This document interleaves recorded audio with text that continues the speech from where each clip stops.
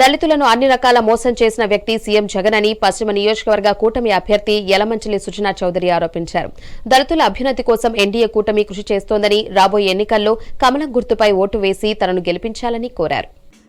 పశ్చిమ నియోజకవర్గం పరిధిలోని 49 డివిజన్కు చెందిన వైసీపీ ఎస్సీసెల్ నాయకులు పల్లిపోగు ప్రసాద్ సుమారు 100 మంది అనుచరులతో కలిసి నియోజకవర్గ కూటమి అభ్యర్థి సుజనా చౌదరి, టీడీపీ నేతలు నాగుల్ మీరా, ఎంఎస్ బేగ్ల ఆధ్వర్యంలో టీడీపీలో చేరారు.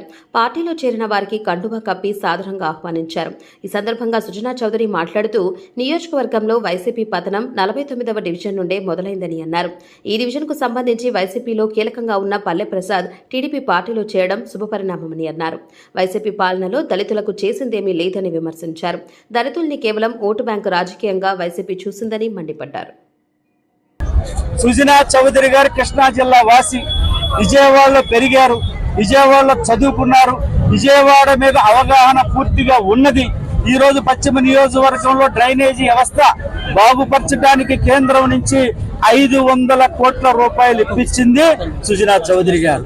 వాళ్ళ నైజాం గేట్ డ్రైను దాదాపు 8 కోట్లు పెట్టి బాగు చేసింది ఆనాడు సుజనా చౌదరి గారు కేంద్ర మంత్రిగా ఉన్నప్పుడు. విజయవాడ పశ్చిమ నియోజకవర్గానికి టిట్కో ఇల్లు కేటాయించింది ఆనాడు కేంద్రంలో సుజనా చౌదరి గారు మంత్రిగా ఉన్నప్పుడు. కాబట్టి సుజనా చౌదరి గారు పరోక్ష రాజకీయాల్లో 2 సార్లు రాజ్యసభగా 3.5 ఏళ్లు కేంద్ర మంత్రిగా పనిచేసినటువంటి వ్యక్తి ఈ రోజున ప్రజా జీవితంలోకి వచ్చారు, ప్రత్యక్ష రాజకీయాల్లోకి వచ్చారు. అది కూడా అట్టడుగు వర్గాలు, పేద వర్గాలు ఉన్నటువంటి పశ్చిమ నియోజకవర్గాన్ని ఎంచుకున్నారు. ఎందుకంటే ఇక్కడ పేద వర్గాలకు సేవ చేయాలి. ఈ కొండలో తిరుగుతున్నప్పుడు ఆయన ముఖంలో ఆవేదన కనపడింది. నేను అడిగాను, ఏం సార్ ఆలోచిస్తున్నారు మీరు అని అడిగాను నేను. అంటే ఇంత దుర్భరమైనటువంటి పరిస్థితులు ఉన్నారా?